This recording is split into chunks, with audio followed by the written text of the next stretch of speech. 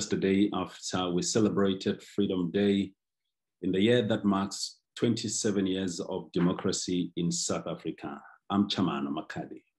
Welcome to the third part of SANEF Ethics and Media Credibility. Today we are discussing technological impact on ethics.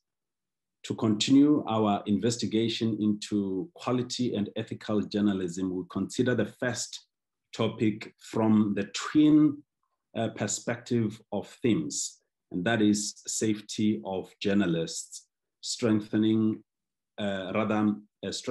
continuing professional development. And the aim of this webinar is to take key recommendations to an upcoming May conference to be included in the official action plan. Now, maybe just to also take you through some of the recommendations of encourage interaction between policymakers, activists, and political groups with media inequities, unite with media entities to oppose forms of censorship, engage with organizations concerned with the safety of media practitioners to protect journalists, refuse publicity to groups that harass journalists. Now, on the continuing professional development, the recommendations in that order are as follows. Support media organizations to provide training for professional development, ensure via SANEF Education and Training Subcommittee that existing newsrooms has adequate provisions for journalists, ensure that newsroom training deal with limitations of social media, encourage the provision of regular refresher courses, explore how SANEF members can contribute to developing media literacy programs at school level. But let me just also take this opportunity just to introduce Africa Check Executive Director Noko Makgato, who is with us here. Now, maybe before I go to Noko, we are just simply going to play a video that was recorded by Nadine Hoffman. Nadine is with the IWMF. This organization has done research on online security for women journalists and does physical and cyber security training. Hi, this is Nadine Hoffman. I'm the Deputy Director at the International Women's Media Foundation, an organization based in Washington, D.C. And we've been working with frayintermedia and Paula Frey for well over a decade. It's a pleasure to be with you today. I'm sorry I can't join your in-person conversation, but I'm happy to share some pre-recorded remarks. Today, I'm going to focus on the violence that women journalists around the world are facing, both online and offline, but particularly I'll focus on online attacks. And I'm also going to talk about the newsroom's duty of care to create protocols and processes to protect the journalists who work for them. So today I'm going to focus first on some of the findings of our own research from a 2018 report on attacks and harassment that women journalists are facing worldwide. You'll find the link to the report. It should be shared with you during this presentation. In that report, we found that 70% of the more than 600 respondents had faced more than one type of threat, attack, or harassment over the course of their careers. We looked at a variety of types of attacks, from direct harassment to invasion of privacy to denial of access. And you can see here a range of threats that individuals reported having received. About 10% of those included death threats. Other things like trolling, having your website hacked, receiving threatening messages, having a virus put on your computer, being doxxed when your private information is shared publicly, were some of the kinds of threats that were shared by our respondents. And most of the women who participated in the study had experienced an offense within the past year. The vast majority of people who participated had seen a rise in the online threats and attacks that they faced. They also felt the same way about physical attacks. And as you can see, the research that has been done over the years corroborates this. Our first study that looked at online violence was in 2014. At that point, 23% of the women who were surveyed had experienced online violence related to their work. Our 2018 study showed that about 2/3, or 63% of women journalists, had been harassed online. And the most recent study of this kind has been done by UNESCO and ICFJ. It was released just a few months ago. And this report found that 73% of women journalists worldwide who responded had experienced online violence. So it's clear to see that this problem is on the rise and is not going away. Especially during the pandemic, we know that women journalists and everyone is more vulnerable to online attacks as we're living most of our lives at this point on the internet. It's important to make the connection between what happens online and what happens offline. And we know that according to the ICFJ's and UNESCO's recent research, about 20% of the women surveyed, they attributed a physical attack to something that had happened online. I think we're all familiar with what constitutes a gender-based attack, but I just want to underline the point of what is the purpose of these attacks. From what we know in our experience and in our research, not just of journalists, but also the experience of women in any public space, whether it's a politician or any other professional woman in a public space. Gender-based attacks online they're designed to discredit journalists, to damage their reputation, and ultimately to shut them down and silence their voices and their stories. And that's why it matters that we do something about it. So I want to talk briefly about the impact. This slide looks at the emotional impact that we found in our research around receiving online threats and attacks. I won't go through this full list, but what we found is that the impact can be severe emotionally, and it can even begin to resemble PTSD if it is experienced over a period of time or is extremely severe. Especially feeling disturbed, feeling easily startled, loss of interest in activities that you used to enjoy, feeling depression, or taking risks perhaps as well. Some of these are some of the things that people described experiencing after having been attacked online. And important from a business standpoint, the long-term impact of this abuse was that a number of journalists we surveyed avoided certain stories, and they even considered leaving the industry as a result of the experience they had. As you can see here, almost 40% reported that they had avoided certain stories because of attacks, and almost 30% had thought about getting out of their profession. And that number went up even higher when we looked at women who had just entered the workforce, who were newer in their journalism careers.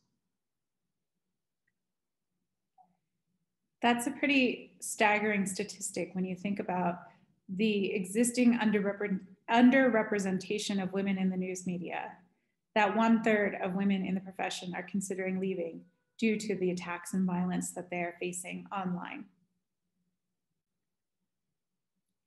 Some of the other impacts included closing social media accounts, self-censorship, avoiding certain topics, putting themselves at risk to finish the story, or giving up the story altogether. As we've said, these are clearly attempts to silence women journalists. They harm our ability to have truly free and fair press. We cannot have that without the diverse perspectives and voices of women. And so with all this in mind, I'd like to turn now to some of the things that newsrooms and journalists can do to protect themselves, both online and offline, and what newsrooms should really be putting in place to do a better job to support their journalists. And now I will stop sharing my presentation and just talk to you. So the IWMF has been running safety training courses around the world for the last 6 or 7 years. And in the last 2 years, we've started focusing specifically on online safety training. And my colleagues will be sharing with you a number of resources that we've developed specifically on this topic, which are self-paced online modules that you can take yourself, you can share with a journalist in your network, and we really hope that you will do that. The first two focus on trolling and privacy. We've created 2 self-paced courses, one that helps journalists to understand the types of trolls they may be dealing with and how they operate, and also how to prevent that. The second online course, Keep It Private, looks at how journalists can separate their personal and professional profiles online, which is a major issue because journalists are expected to have a public professional profile, but often the information that they may post online could inadvertently cause harm or could cause weaknesses which online attackers could exploit. We've also developed a MOOC, a massive online open course, that looks specifically at how to tackle online harassment, which is also available in a self-paced format. And you have links to all of those things. And in addition to that, we're currently developing a second MOOC that'll look at holistic safety practices that women journalists should be taking and that newsrooms can be putting in place to support them as well. One of the main things that we've seen in doing training for newsrooms is that most newsrooms simply don't have the basic safety protocols in place that are necessary. We are promoting a culture of safety. We are part of a culture of safety network, which is a coalition of various newsrooms, press freedom organizations around the world that are trying to change the culture of safety in newsrooms to make that a fundamental part of the equation. I encourage you to learn more about the ACOS Alliance. And also, if you are an editor or if you represent a newsroom that does not currently have protocols in place to deal with risk assessment, to deal with digital threats that your journalists are facing, I would encourage you that now is the time to tackle this issue. There are plenty of resources to help. There are organizations like the IWMF. We're also launching a coalition against online violence, and this will include a hub where resources will be aggregated so that you can quickly find help if it is related to legal support, whether it's related to psychological support, whether it is related to what to do, after you've been doxxed. All of those things will be covered there. But just to have a basic plan in place is the bare minimum that newsrooms can do to ensure their duty of care to journalists. And we have seen that many newsrooms are eager to do that, but often they're acting in a reactive way. And what we've seen is that by the time they're trying to react, it's too late, because that means that something bad has already happened. And when those attacks do happen, again, the correlation is clear. They're driving women out of the newsrooms. So I want to thank you for your attention today. I hope that these remarks have been useful to you, and I would welcome the chance to have conversations with those participating today, and even to offer additional support and training, which is something that we do, if any of the newsrooms represented here are interested. So thank you, and I look forward to the outcomes of this discussion. And we truly appreciate that. Before we get rather deeper into the conversation, I would like to introduce Noko Makgato, whom I spoke of as the Africa Check Executive Director. So Africa Check is a leader on the continent in tackling mis- and disinformation. They also do extensive training on verification, what is needed for journalists to move forward. So Noko, it's a great pleasure to welcome you this morning. Over to you. Unfortunately, I don't have a presentation. I feel like Nadine covered quite a lot of issues that that we are also we're going to raise here. I mean, just to start off by saying that Africa Check, we believe that the media is important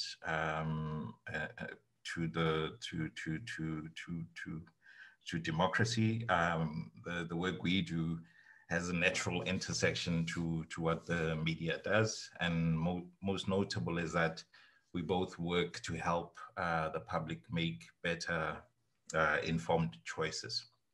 So as journalists, journalists generally experience quite a lot of threats and safety issues in carrying out their duties on a daily basis.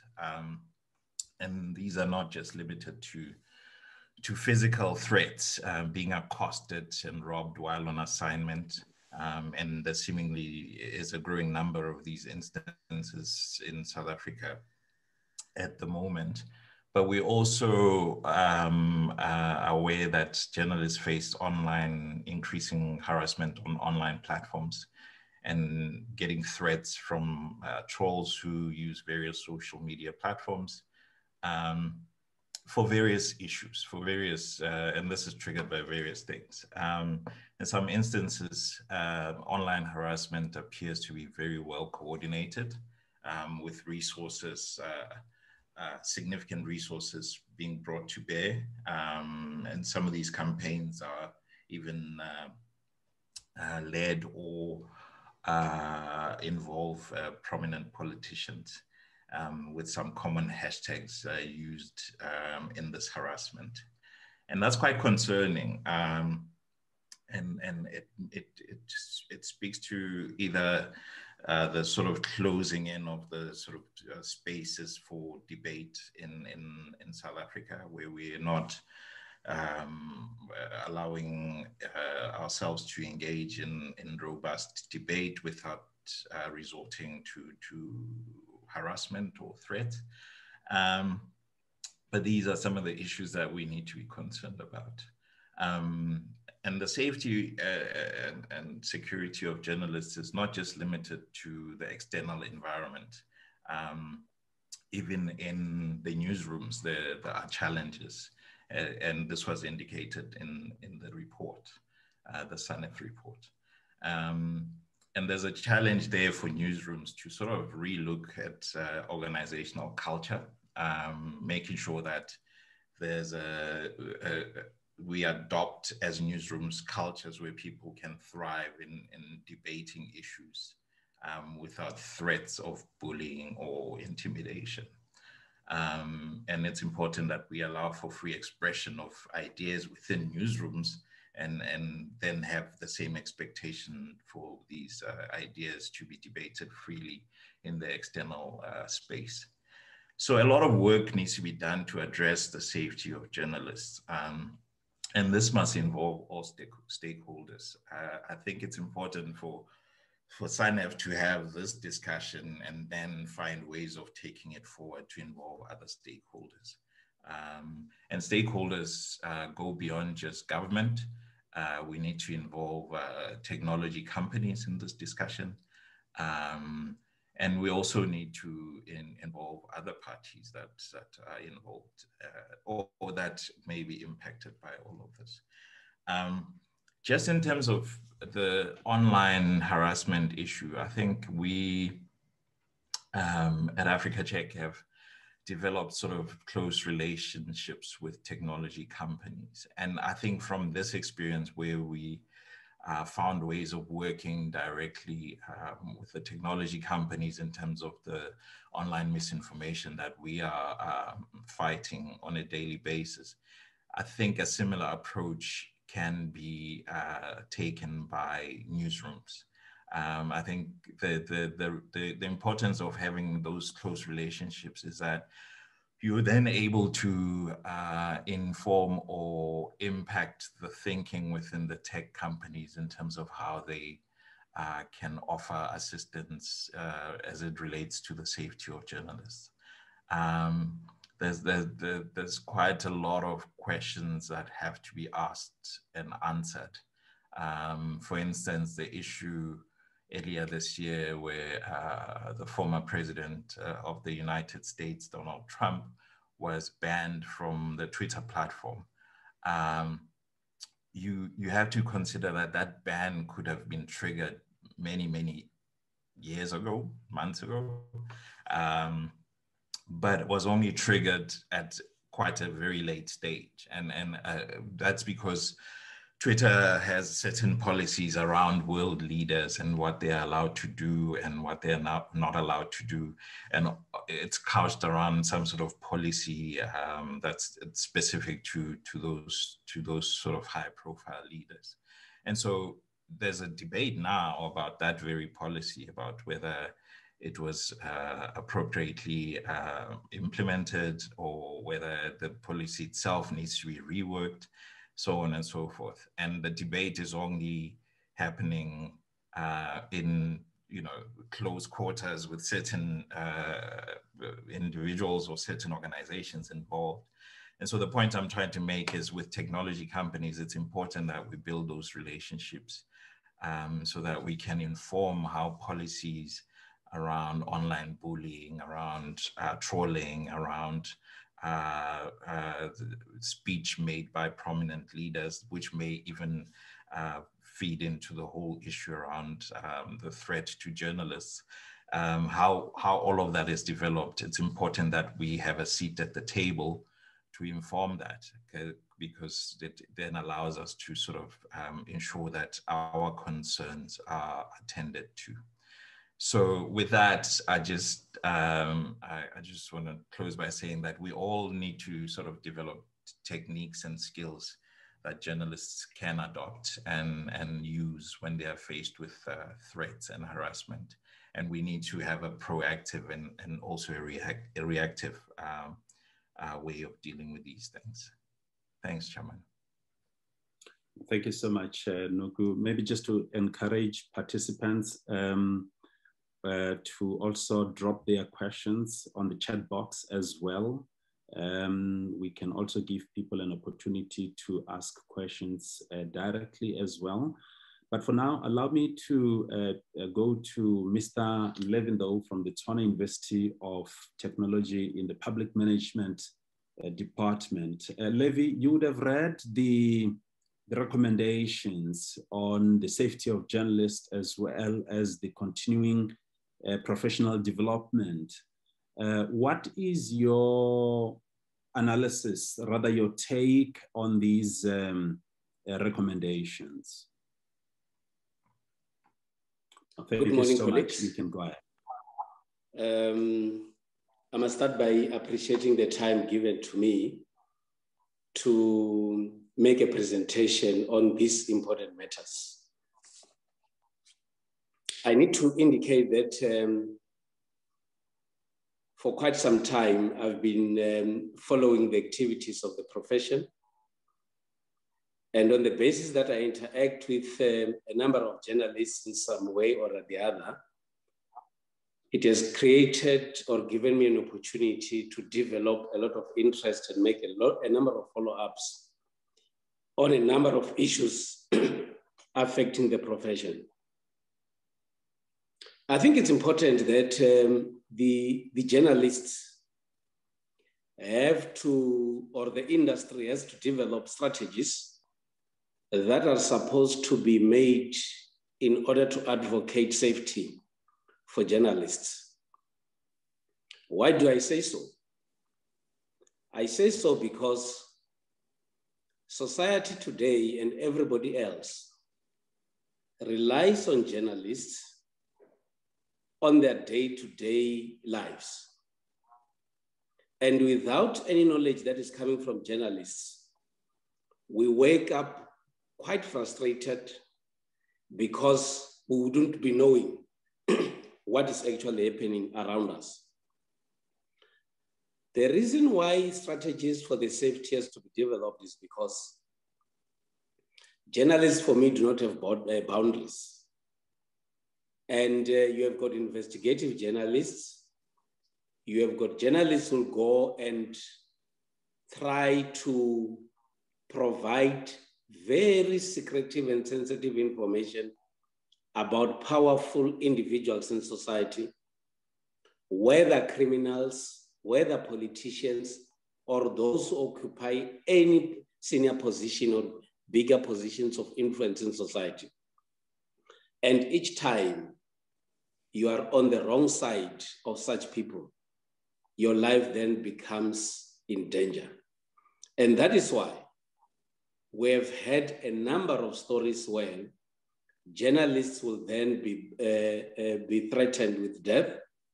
Journalists will actually be harassed, and female journalists are actually, in most instances, the ones that are on a receiving end in terms of this kind of abuse.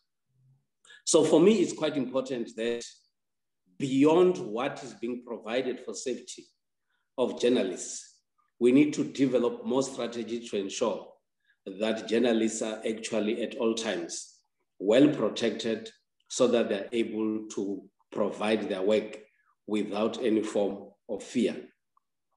I also agree with the fact that as part of their responsibilities, journalists have to interact with all different kinds of people, politicians, policy makers, activists, either social, economic, or political.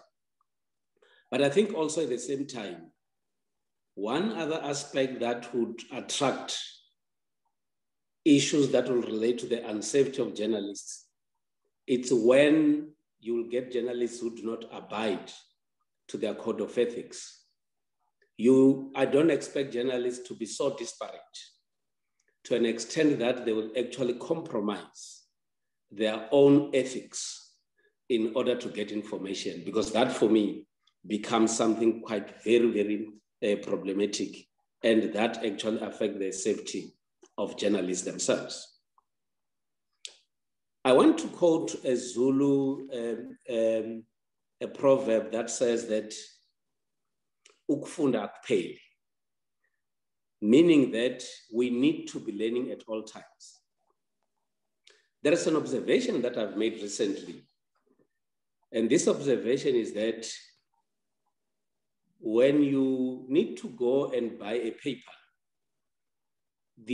our newspapers are getting thin and thin every day. And that to me says that there should be another way in which people are receiving the news. And there are a number of instances that when you buy a newspaper, most of what is written in the newspaper is something that we've heard about already.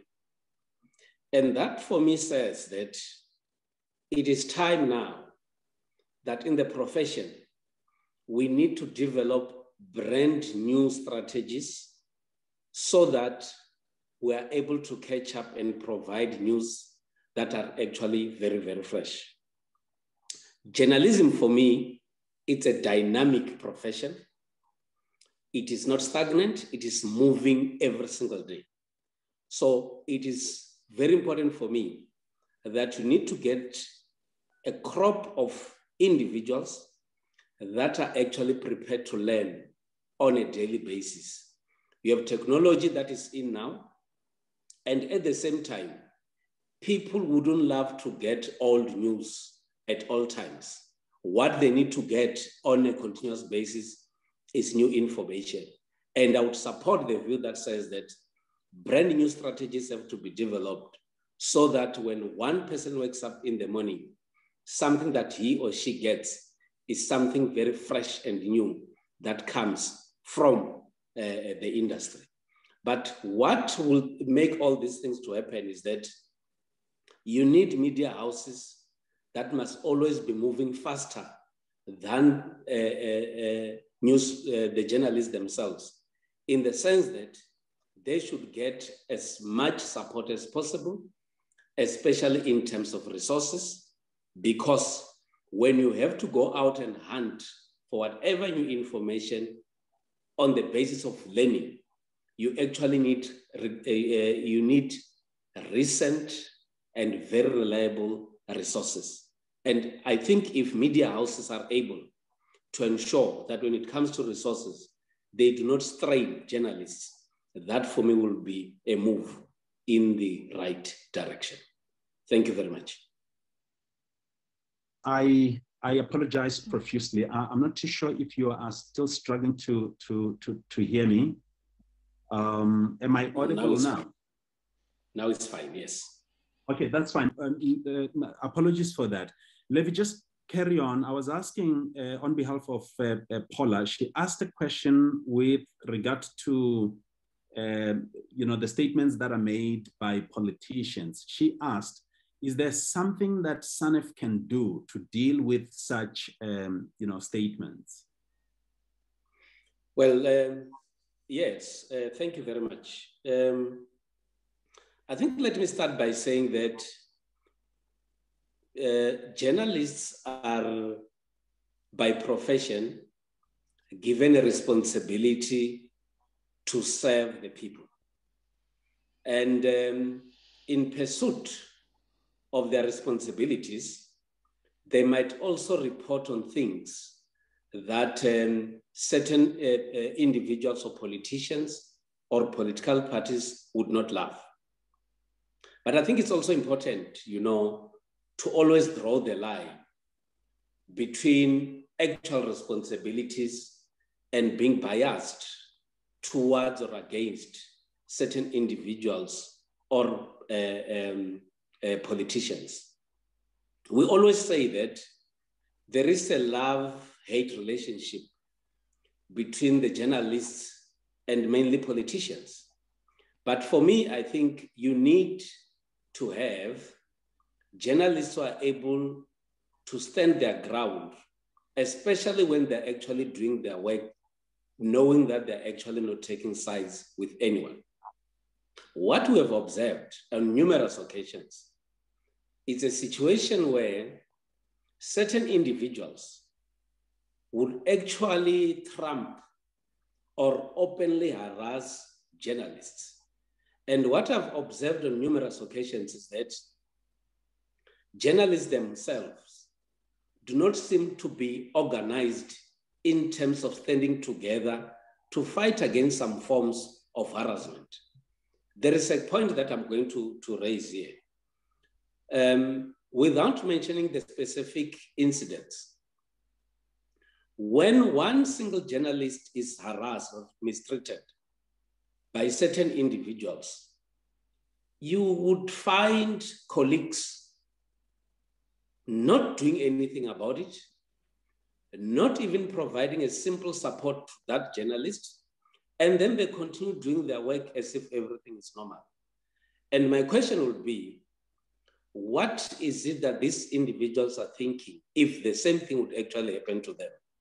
And for me, I think, hence I said it's important to draw a clear line on what people in the profession would expect to see as a form of a fair or an unfair treatment, and they should actually outline this very clearly so that politicians, policymakers, and activists should actually be able to know that there is a line that they are not actually supposed to cross. And that should be the responsibility of an organization like SANEF to be able to draft these guidelines and make them clear to everyone.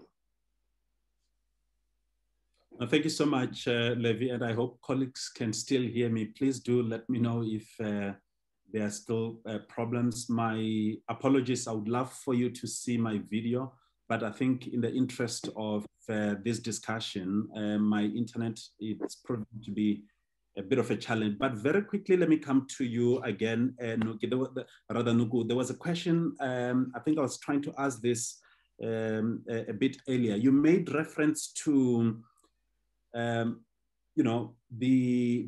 harassment of journalists, and here you did say that it's not only happening from outside, it also happened within the newsrooms. Are you able to share with us practical examples and what can be done to prevent such from happening? Well, I mean, what I was referring to there is not necessarily incidences of hostile newsroom environments, which there can be, I'm sure there are. But I was just saying that it's more organizational culture issues. Like, it's important for journalists to be operating in newsrooms where they can trust their colleagues and trust the people they report to. And trust is a two-way thing. So the editors also need to be able to trust the people that are doing the reporting work on the ground. So it's more, I don't have a specific example, but it's more at a organizational culture level where we create environments that are conducive for people to function optimally. And this is quite important. And also, I see Paula asked on the chat, Paula Frey asked on the chat about whether there are mechanisms that can be deployed where journalists can report incidents of cyberbullying and harassment.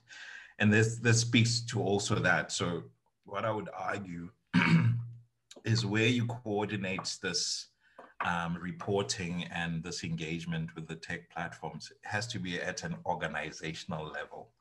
I don't think SANEF should be tasked with the role of coordinating these reports and dealing with the tech companies. I think they should be done at an organizational level, and which sort of coincides with the issue around organizational trust, or organizational culture rather, where an organization has to make an effort to ensure that the journalists that are employed within that organization are protected, are working in a safe environment within the newsroom and outside of the newsroom. And so all these efforts really need to be driven by each newsroom. And I think that's the only way we can start seeing results. It can't be left up to an external party to be championing the cause of journalists, because I imagine we want journalists to work for organizations that care for them. And the care goes beyond just, receiving or paying a salary to individual journalists. It goes beyond that. You have to create a conducive working environment as well. Thank you so much, Noko. Colleagues, we are not going to have a breakaway session. We are rather just going to get to some of those discussions right here. I am going to ask two of our colleagues. In this case, it's going to be Marenet Jordaan to lead us on the continuing professional development of journalists. Then Hopewell Khadebe is going to speak, to lead the conversation on safety of journalists. So maybe let me take this opportunity now to come to you, Marenet. So if you can hear me there, please do proceed. Thank you very much, Tshamano, and welcome, colleagues. I thought I'd first tell people who I am so that they are perhaps not surprised or know a little bit about me before we start talking. I am a former print journalist. I always say that because I left the newsroom 10 years ago to join the academy. So I'm not afraid to speak about what is happening in newsrooms now. I'm going to put up a slide now to show the recommendations that was made about the report and what practical steps should be taken. But I just want to read this quote to start off with, and it says, some of the panel's informants argued that the best journalists were born, not made, since the professional prerequisites are an inquiring mind and interesting people and events, a passion for digging beneath the surface, a belief that information can be understood and acted upon by rational people, a love of ideas and words and much else besides. Great journalists have not necessarily studied at famous universities or undergone professional training courses. Many have learned on the beat and in newsrooms. So for me, that is something that's perhaps worth talking about. But Lentoli sent me these recommendations that comes from the report that talks specifically to strengthening continuing professional development. I'm not going to read them, but it comes down to the need for professional development, the role of the SANEF Education and Training Subcommittee, the role of limitations of social media. I think what should be added here is also the uses, limitations and opportunities of social media, the provision of regular refresher courses and media literacy courses at school level. So these are the ones that have been talked about in the report, the recommendations. And now I would want to stop sharing. Everybody had a quick look at that. What are the gaps in the recommendations? Which should be prioritized? What steps can be taken to move to action? So perhaps if someone wants to make a contribution in this regard, or shall I just give my response? Okay, let me do it like this. I'll give a response to starting on the one hand with the everyone learns on the job versus what should we be doing in newsrooms now and what is actually happening in newsrooms. So I agree, you learn a lot of what you know about journalism in the actual newsroom. A journalism education degree, higher education degree, postgraduate degree cannot make up for what you are taught in the newsroom, actually working as a journalist. But I do think that a lot has changed since people started working in the newsroom, perhaps straight from school. There are training programs that help students to understand things like ethics, to understand critical thinking. So I do think there's a place for higher education training and development of journalists, but let's park that for now. What I would like to talk about is how can we actually train journalists in newsrooms if there are not time, there's no mentorship, there's no resources. What are the actual practical, and I can see the participants, so like I would do in a class, I'm perhaps going to call on someone by name, if that's okay, so that we can get the conversation started. Is that okay? Okay, Terry, what do you think can happen in a newsroom to actually do things like training, refresher courses on everything from ethics to how to shoot a video? Once upon a time, the Argus company had a course for 6 months where they took graduates from various universities and people who'd been working on local newspapers, etc., and they put them through every single element of print media at that stage. I mean, they would spend 2 weeks with the proofreaders, as it was in those days, 2 weeks with stereo, etc., in the afternoons. In the mornings, they did all the normal things on the, basically getting down to what I think is crucial, the philosophy of journalism, which is what are we all really about and what are our ethics? Now, within a newsroom, I think when someone comes in, as we used to have that idea of cadets, as they used to be called, I think when people come in, they should perhaps, but again, this is something which is going to cost money. And it's always going to come back, let's face it, down to rands and cents. And that, I think, is the problem. But in newsrooms, I think, well, maybe for perhaps within universities, much like Rhodes is doing with Grocots, one should actually have a form of newsroom there. You might run a community newspaper, for example. You're in Stellenbosch. The community newspaper could actually be based at the university. It could become a community hub as well as a academic hub. That's a thought, anyhow. Please, I mean, sorry, I'm doing the teaching thing of calling on people by name. So if excuse me for that, but yeah, if you want. Yes, I think on the topic of media literacy at school level, that is the topic, right? Is that what we're talking about? That's what we're talking about. Yes, yes. I think it's a very, very good idea that needs to be implemented and integrated in our schooling programming way back before social media and digitization and smartphones and things like that. We at the Institute for the Advancement of Journalism had a school literacy project, which was very, very successful.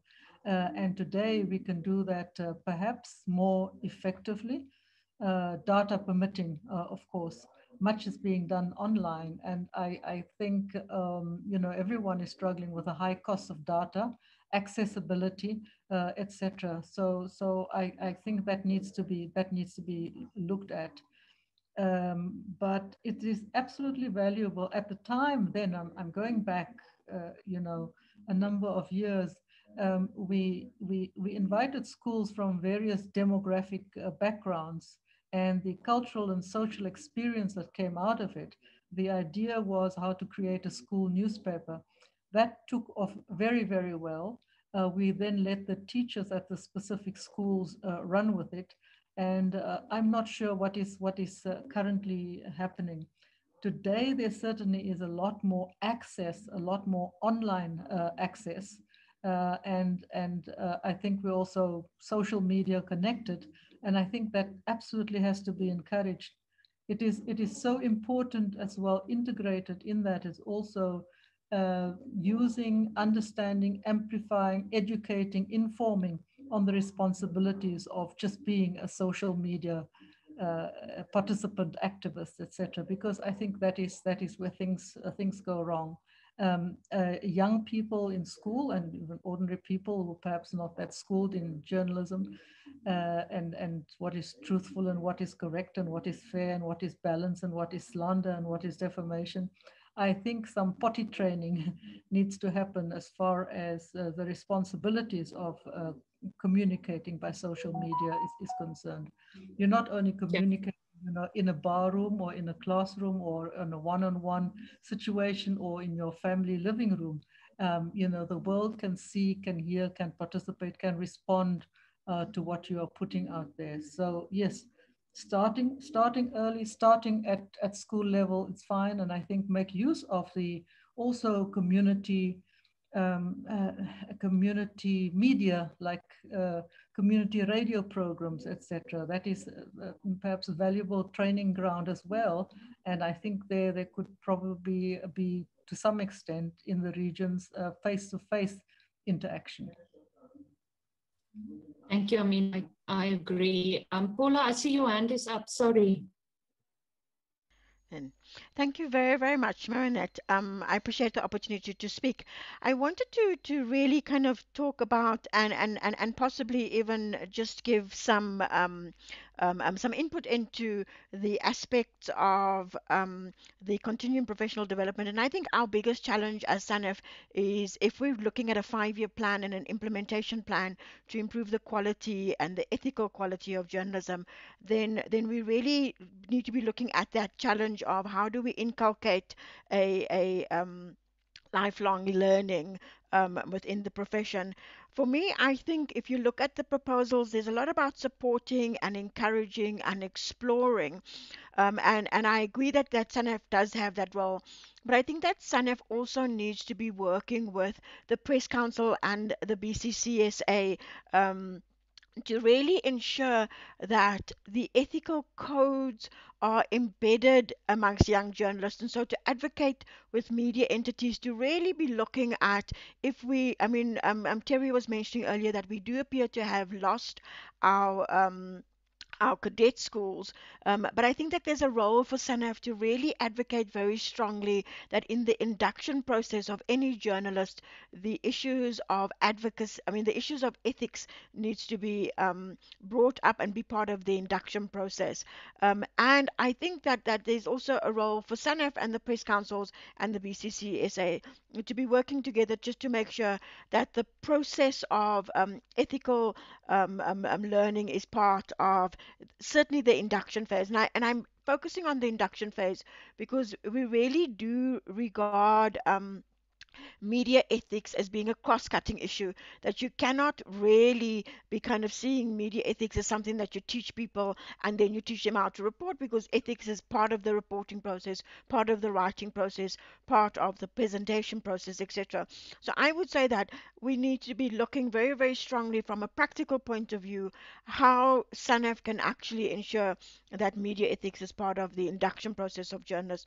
The other thing that I would do, I mean, the proposals talk about encouraging the provision of regular refresher courses, and I do think that there is a lobbying role for SANEF here to make sure that there's sufficient training in newsrooms, etc. But I think SANEF can also go a step further, because it does have convening power and it does have the ability to be able to encourage editors to ensure that the skills of its reporters are being updated all the time.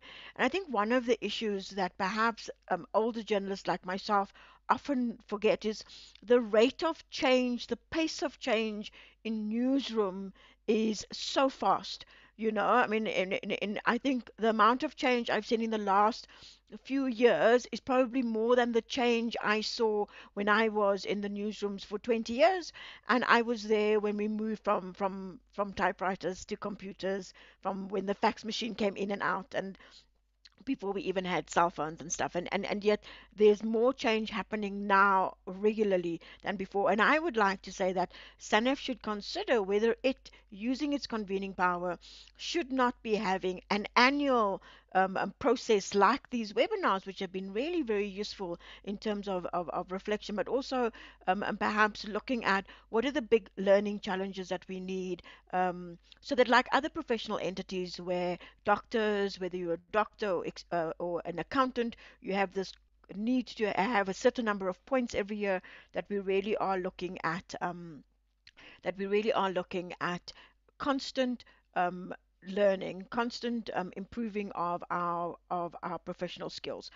I do want to say that when it comes to safety of journalists, I think that this often comes onto the agenda when a journalist is being held up, when a journalist is being attacked. And I think that we need to have a really kind of ongoing look, not only at making sure that our journalists are being protected because they have the skills to protect themselves, but also that we are preemptively engaging with politicians, that we are dealing with people who, without a second thought, create hostility towards journalists on social media. I think that journalists who are going out into the field right now are experiencing a measure of hostility from people who have no idea why they are hostile towards the media because of the current climate.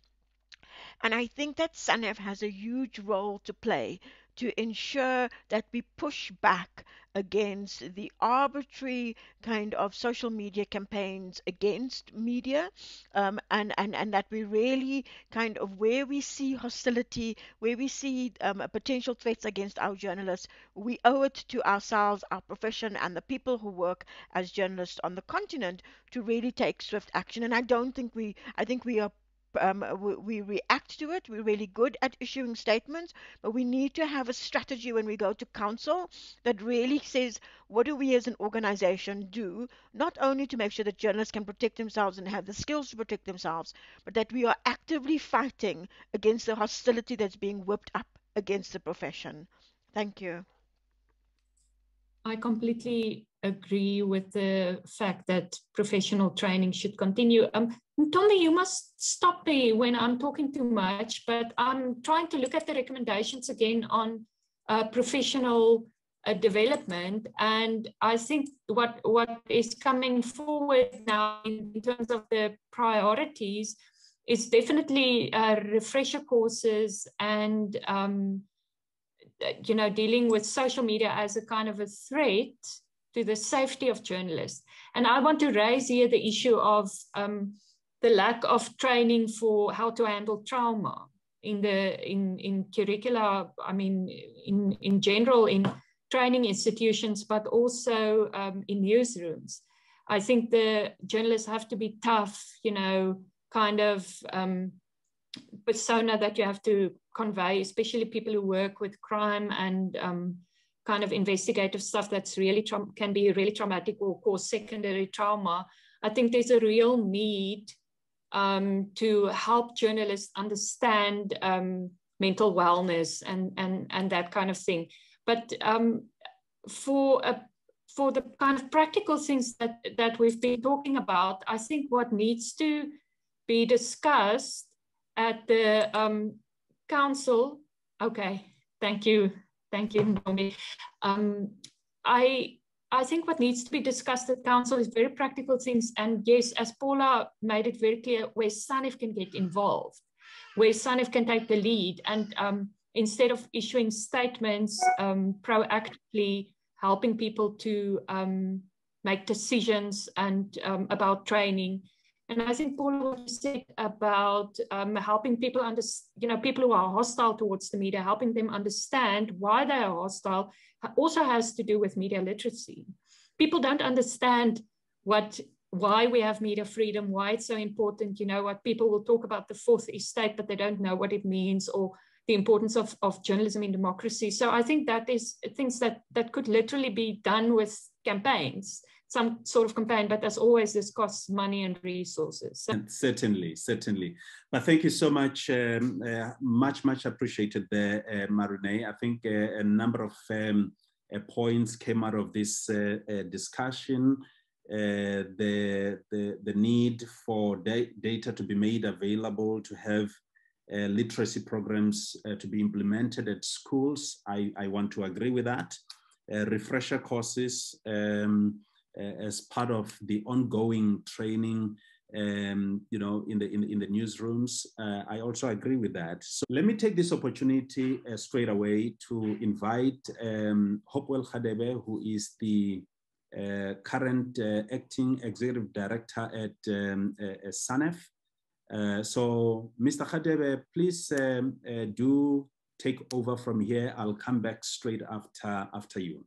Yeah, colleagues, I think from the side of SANEF at the office, we have seen the increase of cyberbullying and even attacks on many journalists. And yes, Paula and other speakers have raised the point that SANEF has to have a different plan than just issuing statements of condemnation.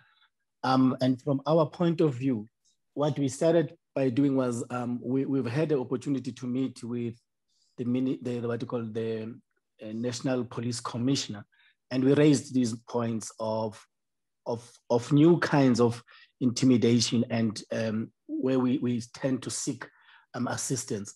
And we are not there yet, but the commissioner was also saying that there's going to be a new strategy of fighting cyberbullying that would soon be introduced. We are waiting with bated breath as to what would that be. And how they're going to introduce that to community. And of course, it is going to help journalists a lot. So that would be one aspect that a platform where we have raised this.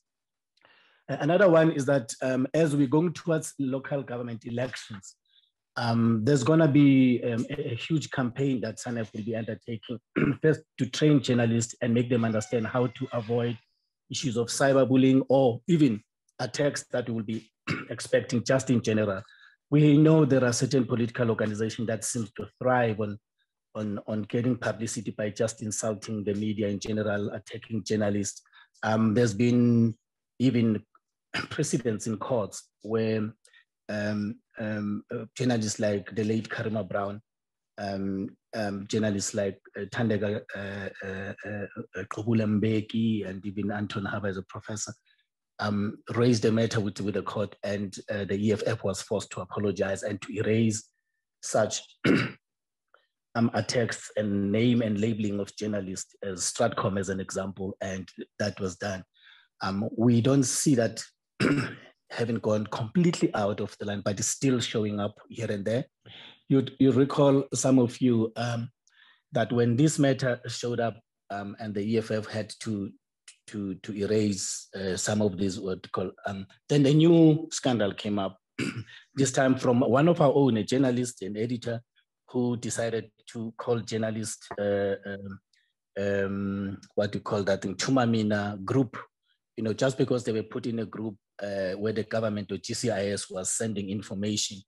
And they were branded as people who are journalists who are in particular going to be reporting positively about Ramaphosa as a president or the presidency and administration in general of President Ramaphosa.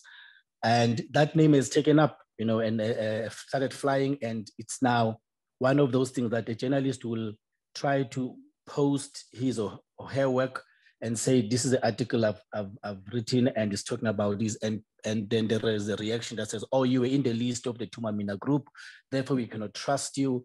And therefore you are a shame on journalism.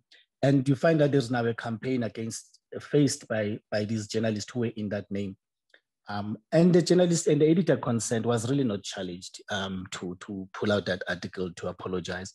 And he had also used a lot of media, social media, to even post the names of those journalists. And even though in the end, the person who had brought a story to him, who happened to have been one of our great journalists and had gone to join the government, I'm talking about Semu Kokeli, then eventually mentioned that, no, this was not my intention to have people's names branded like that. And they had a fight with the same journalist, Peter Rampedi, about it. So that has taken a life of its own. We are now finding that journalists are now living with the consequence of that article, which was not corrected. There are still journalists who, just because their names were in that list of journalists who are receiving information from GCIS. And there are many groups, by the way, that are out there by different departments. And they are used, even the IEC has its own groups, even the police have its own groups. And so there are many various groups where journalists have to subscribe to be able to get information firsthand, particularly if it's a press release or anything that's going to happen like that. If the police are going to make an arrest and they have to be in the scene, they get told in those groups. But this one, just because it was being run by GCIS and it had been established for a particular reason, and people are still being called the Tumamina group. So, and then being insulted or accused of various crimes on the side now, just because somebody saw the name of that person. So those are the things that we have come up and got to notice at the office as things that, in a sense, do amount to cyberbullying, because you find that the journalist integrity is being denigrated and there is no recourse. You know, there is no recourse. We have not taken those people to task to be able to say, you printed something that is wrong here, you need to correct it. And those people who are trolls and intimidating the journalists on the sites and doing all sorts of things are continuing in this line. There are times I ask myself, why don't we have activist journalists, young journalists who are just as savvy and smart about social media, but being able to use their collective response to this and therefore challenge those who are trolls and sort of call them out and be able to attack. But I tend to also realize when I have these thoughts that we will be turning them into something else. They will no longer be journalists, but now they will be like a pack of wolves attacking the trolls who are intimidating their fellow journalists. So yeah, I'm still the jury's still out as to what is it that we as the media, even us as SANEF, should advise the journalists to do to protect themselves against this thing. Lastly, I'm sorry to be talking too long. Chair, you can always correct me, stop me if I'm, but this is the last point I'm raising. Another point which I've noticed that we have worked with the Committee for the Protection of Journalists, as CPJ, and we have picked up some of the things that they do internationally to help journalists learn how to protect themselves from cyberbullying. We have put it on our website. We have tweeted that and say, these are the things that you should try to do. And some of those, I'm wary of trying to mention, there is a lot of stuff that they advise, but one of those things that we have found to be very creative on their side is that, guys, learn to protect your information, learn to protect the way you save information on your computers, because there are hackers out there. They don't only just bully you by insulting you on your Twitter or Facebook, but also they can send a virus to your stuff. You can end up losing all your stories and things like that. And noting that there had been the South African agents that have been targeting journalists. That's where we kind of did our best to really hammer on journalists to learn to protect their information from their laptops and desktops and how to protect that. And many have taken the liberty to practice those things, like the protection of the VNP, I think, or is it the VPN, and to make sure that people don't just quickly identify it, particularly those with the skills to send a virus, or with those with the skills to spy on you on your laptop, and how you protect that information, that you always have that extra saving space on cloud, and that your password, we've even talked to people how to deal with their password to make sure that it is protected, it is long, it has various characters to be protected, rather than you saying I'm Hopewell, therefore my password would be Hope or Hopewell for that matter, and people just are able to hack into your laptop or hijack your Facebook or your Twitter and start tweeting wrong things, and people start getting worried, what has happened to Hopewell now, only to find out I've been hijacked and I've been taken off. Those are the things that we've also made sure that we try to teach other journalists, and we will be using that information now again as we head for the elections to say how do we do that. I hope I've covered some of the things that we are doing, Chair, as the office, and also the kind of information we are sharing with journalists out there to empower them, to make them be in control of their platforms and be in control of their information that they have on their laptops, because that's their goal. That determines the success and failure of their careers. Thank you so much indeed, Hopewell, for that. Tony, let me give you this opportunity. You wanted to say something earlier on. Yes, thank you. I actually wanted to just, by way of kicking off, Hopewell makes a very good point about the security of one's information. Now, I believe that media organizations say, okay, everything that all information you collect in the course and scope of your employment is our information. So let's say I get I get the plans for the nuclear power station. I load that on my employer's system. The employer has a duty to ensure that that stuff is secure, but that's never discussed anywhere. I'm not talking about my own particular employer. I'm talking about people I talk to. Those things are never discussed. There exists a duty by media houses to protect the information that its journalists put on its servers. Are you with me there? Yes, carry on, Tony. I think for a moment the line was breaking there. Sorry, and I'm on a very strong Wi-Fi, but I say, in my mind, I'm not talking about my own employer, but I'm talking about all over the place and colleagues I speak to. There exists a duty on the media house to ensure the safety of its servers so that your information is not hacked or stolen simply because you've put it on the company's server. But that discussion is never had.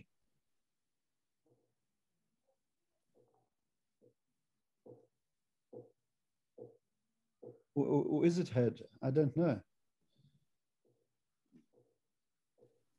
Can I say something just to add on what Tony is saying? You know, I think throughout my journalism, I don't recall where we've had the privilege of being called and said, guys, these are the measures to protect your information in the newsroom. I hope that it is happening now in the newsroom, but I've never had that.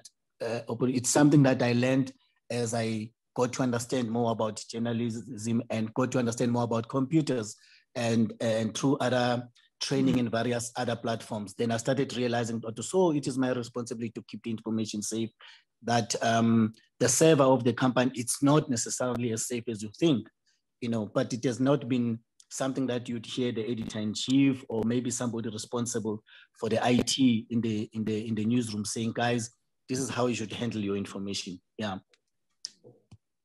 And now to my second point, and I'll be brief. Hopewell and I have had a discussion about journalists being trolled and threatened and this sort of thing. And without going into a lot of detail, a lot of you might have received stuff about me on Twitter or whatever from various trolls, but in the course of exposing an attorney who stole billions or hundreds of millions from road accident fund clients, I ended up being targeted. I ended up having the attorney sitting in Australia hiring a gangster to frame me for sexual harassment, and in fact for rape. Fortunately, got a digital device that shows where I was sleeping at the time, etc., etc. But, you know, we need to expect this. And I've spent of my own funds in 2023, just over 380,000 Rand dealing with the situation. But the answer is to expose these people. It's not to say, woe is me. And the question I ask myself, why does no one want the job in the company to go and clean the toilets? It's because you know the risk associated with it. So if you want to be a journalist and you want to be an investigative journalist, you have to accept that there are, and if you want to expose the baddies, you have to accept that you're going to be targeted. How we deal with it's another issue. My personal belief is that we need to expose the people that are doing this kind of thing. And I'll finish off in 30 seconds by simply saying the attorney who's targeted me and the local gangster who is hired to target me, when I've written I've written about the attorney extensively, the gangster I've tweeted about, and colleagues say to me, wow, thank you for doing that. When we tried to expose them, they were so rude, they were so abusive, we just decided we couldn't handle it anymore. You know, and part of my attitude is if you can't take the heat, you have to get out the kitchen. But at the same time, I recognize, I mean, all abuse is unacceptable, whether it's against male, female, it's all unacceptable. But I think one needs to expose, not be afraid to expose the truth. But when we have lily-livered media houses who are run by accountants and don't want to upset the rich and powerful, that's where we have a problem. And that's my last word on the matter for now. Thank you. Thank you so much, Tony. Maybe let me just come back to you, Noko. Having listened to Hopewell, you've listened to Tony, the contribution, his contribution there. You studied the recommendations. So perhaps maybe the question to ask: what are some of the gaps in the recommendations? Which ones should be prioritized? What practical steps can be taken to move to action?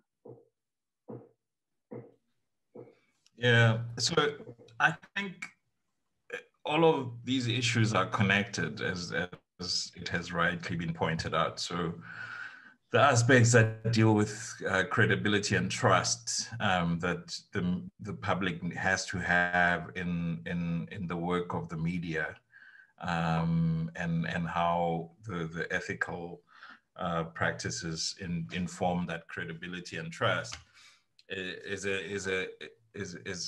at the heart of all of this, in that it then doesn't allow all these naysayers or trolls or people that want to harass or attack the media a basis to do all of this from.